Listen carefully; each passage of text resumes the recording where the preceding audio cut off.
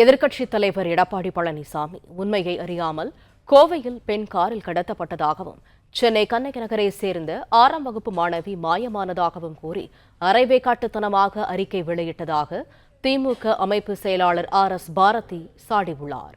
கூடுதல் தகவல்களை தருகிறார் செய்தியாளர் ஜெபர்சன். மொழி விவரங்கள் என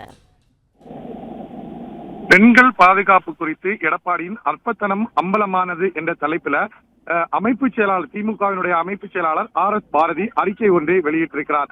அதில் தமிழ்நாட்டில் பெண்கள் பாதுகாப்பாக இல்லை என்கிற செய்தி எப்படியாவது செவியில் எட்டிவிட்டதா என்ற கேள்விக்குறியோடு இந்த அறிக்கையை அவர் வெளியிட்டிருக்கிறார்.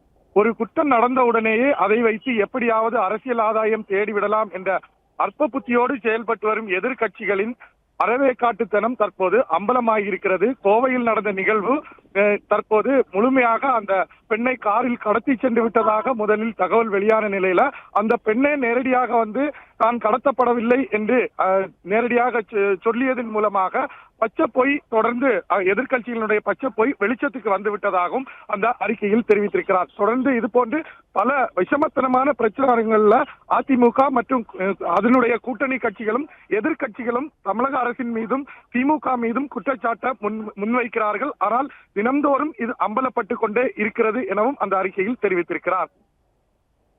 பிளே ஸ்டோர் மற்றும் ஆப் ஸ்டோரில் இருந்து பாலிமர் செயலியை QR கோடு மூலம் பதிவிறக்கம் செய்யுங்கள்.